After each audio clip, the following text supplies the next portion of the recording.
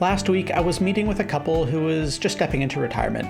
They were turning 65, together actually in the same month, and they were asking about if their investment strategy should change as they step into retirement. For most people, they don't necessarily view the money in buckets while they're working, but when retirement hits, boom, it hits home, it's drawdown time. And it seems like a change needs to happen, and I agree. It should. Yet when people ask us to review their situations, their liquid investments in particular, we rarely see this executed properly.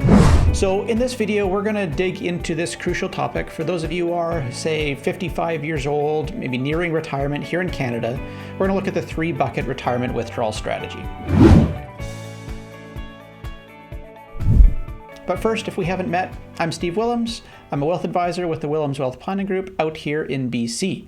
We started this channel to help you plan for your own retirement, helping you think about how to plan and arrange your investments, your income streams, and ideally have you pay less tax along the way. Now, like with anything, this is a topic that we could go on for hours, literally. The Canadian Foundation for Financial Planning recently published an 80-page report called Retirement Drawdown Choices, filled with the charts and graphs and arithmetic on this very, very question. But for this video, let's just set that aside and let's agree together to keep this super simple and just break down this strategy step by step in just a few minutes. The 3-bucket strategy is designed to provide a clear framework for managing your retirement funds. Now, the first bucket in this strategy is the short-term bucket.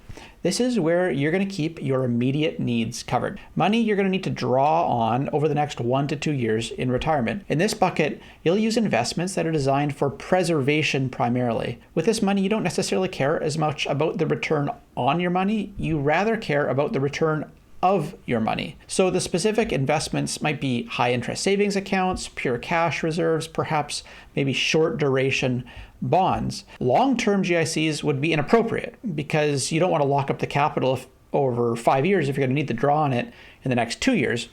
But perhaps you could carefully consider maybe laddered GICs with stacked maturity dates. These assets have to be stable and low risk, ensuring that you have enough to cover your expenses for the next 12 to 24 months. It's all about peace of mind, knowing that you have a cushion to weather any unexpected expenses or market fluctuations that might come in the way. The price you pay for that peace of mind is a lower expected return, but that's just fine for money in this first bucket.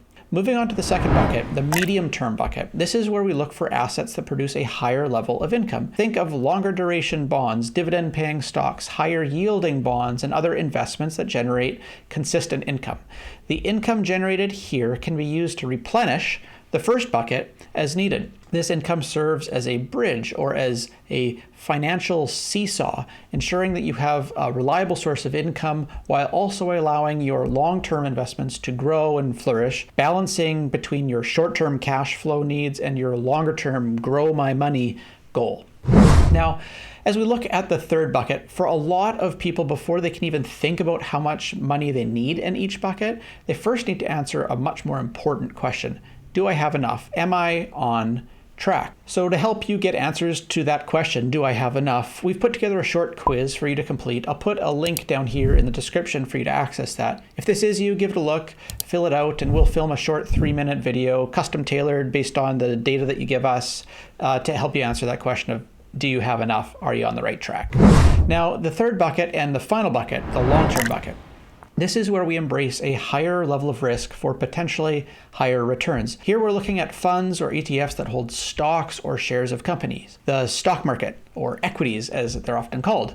Perhaps you might have some alternative investments in here or a sleeve of some maybe more speculative positions. Since you don't need the money immediately, you should be able to let these assets do what they do best, and that is grow over time. Now, these assets historically will move around a lot more. They'll be more volatile, with these values, moving every single day. With the 3 buckets in place, though, what we find is that most clients are able to weather those bumps easier or better since they're not worried about where next month's retirement income is going to be coming from. We've already got that money set aside. By allocating a portion of your portfolio to this bucket, you're allowing your wealth to grow unhurried by your short-term needs.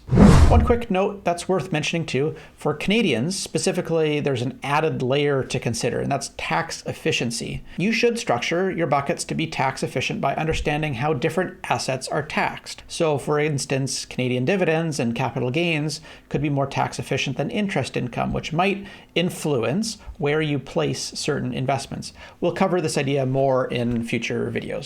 So there you have it, the 3-bucket retirement withdrawal strategy. Remember, this is just a guideline. This all needs to be tailored based on your own specific circumstances and risk tolerance. If you found this video helpful, consider liking this or subscribing for more valuable insights on retirement specific ideas.